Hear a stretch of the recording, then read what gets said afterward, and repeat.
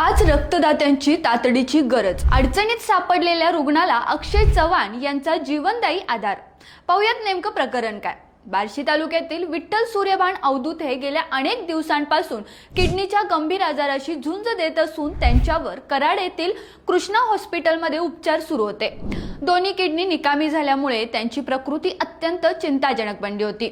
उपचारादरम्यान डॉक्टरांनी तातडीने 5 रक्तदात्यांची आवश्यकता असल्याचे सांगितले। या कठीण प्रसंगी कुटुंबियांनी रयत विद्यार्थी विचार मंचचे पश्चिम महाराष्ट्र प्रभारी अध्यक्ष अक्षय चव्हाण यांच्याशी संपर्क साधला। परिस्थितीचे गांभीर्य लक्षात घेऊन अक्षय चव्हाण यांनी तात्काळ मदतीचा हात पुढे केला। त्यांच्या प्रयत्नांतून अल्पावधीतच 3 रक्तदाते उपलब्ध करून देण्यात आले। मात्र उर्वरित 2 रक्तदाते मिळण्यात अडचणी निर्माण झाल्यामुळे रुग्णाच्या डिस्चार्ज प्रक्रियेत अडथळे येत होते।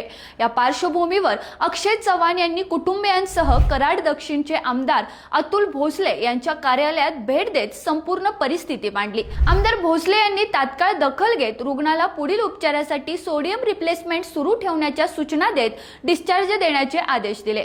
या संपूर्ण घटनेमुळे अक्षय चव्हाण यांच्या सामाजिक बांधिलकीचे पुन्हा एकदा दर्शन घडले असून सर्व स्तरांतून त्यांच्या कार्याचे कौतुक होत आहे। अक्षय चव्हाण यांनी यापूर्वीही अनेक सामाजिक उपक्रम राबवले आहेत। दिव्यांगांना व्हीलचेअर वाटप, रक्तदान शिबिरे आयोजित करणे, गरजू रुग्णांसाठी रक्तदाते उपलब्ध करून देणे, विद्यार्थ्यांसाठी शैक्षणिक साहित्य वाटप तसेच विविध शासकीय योजनांचा लाभ मिळवून देणे अशा विविध माध्यमातून त्यांनी समाजकार्याची वेगळी छाप निर्माण केली आहे।